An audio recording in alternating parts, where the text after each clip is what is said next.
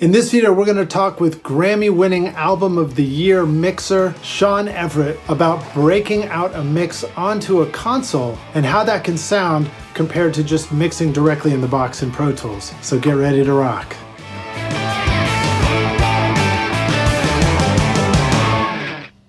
Howdy rock stars, my name is Lij Shaw and welcome to Recording Studio Rockstars.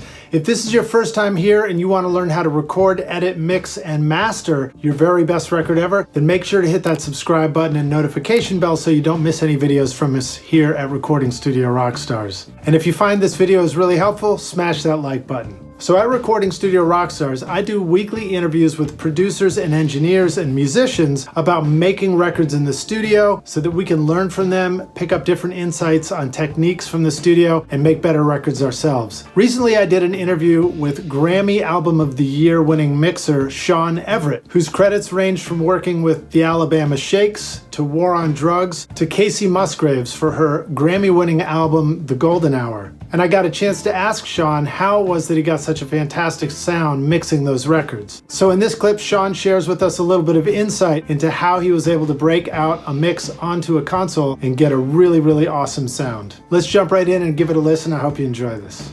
What sort of things do you remember about the mixing, the way you were mixing Golden Hour? Were you mixing in the box in Pro Tools? I think you're always using Pro Tools on some level, right? Yeah, it was pretty much.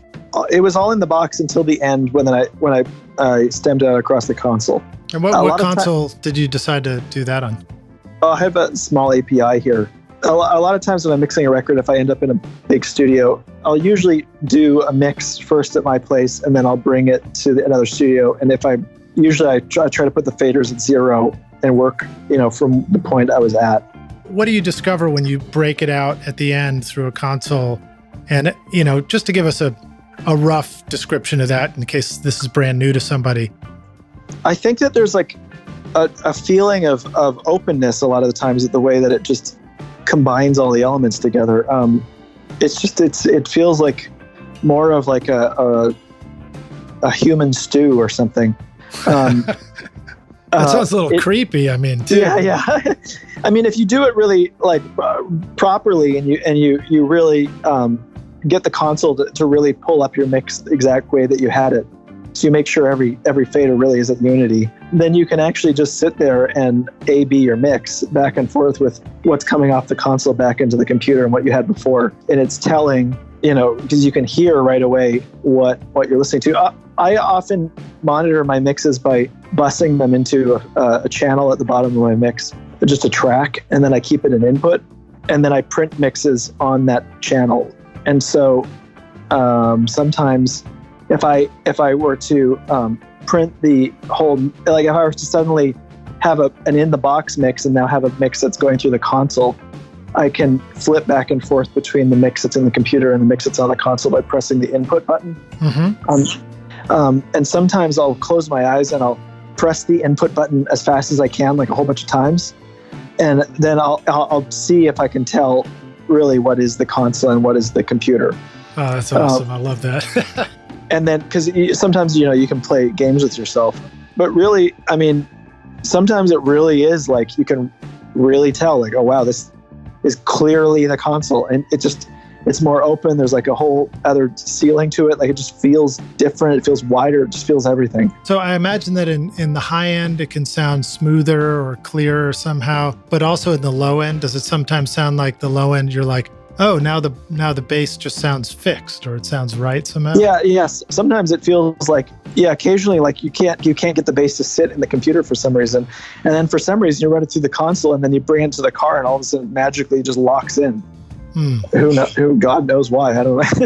All right, just all of a sudden mixes itself. So to help people understand this a little bit, so how many, if we're going to break it out, do you have like 8 stereo pairs or 16 stereo pairs? Is it that kind of breakout where you're just trying to put things into little stereo groups, or are you actually breaking it out, putting the kick on one? I'll do both. I've played around with both. Sometimes I'll do, like, if it's a mono channel, I'll do mono on the console, and then I'll just figure out what unity is there. You know, I've tried both, where it's all stereo pairs, or I've done mono situations, all sorts of things. And if you do mono, you have to either recreate the pan, or it only works on something that was panned up the middle anyway, right? Yeah, I have to do all that. I have to figure out that whole situation. Yeah. If I'm lazy, I'll just do a ton of stereo pairs. Right. Because it's a lot easier. And depends on how many faders I have on a console, then I'll just do as many as I can. I did another album with Blake Mills where we did this album called Perfume Genius.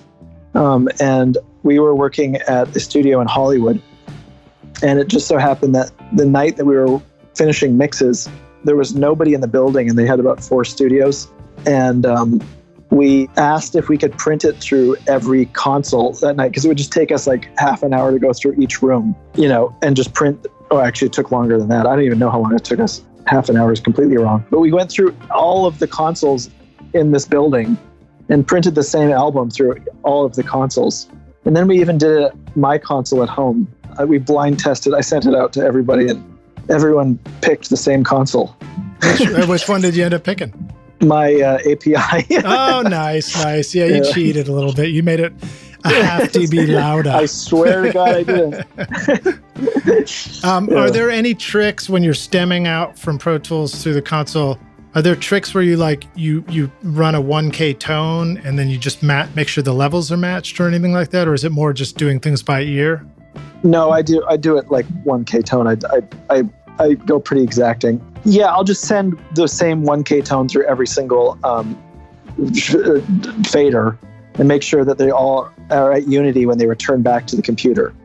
I see. Okay, right. And then from there, I'll just output every different source from my session to each of those stereo channels.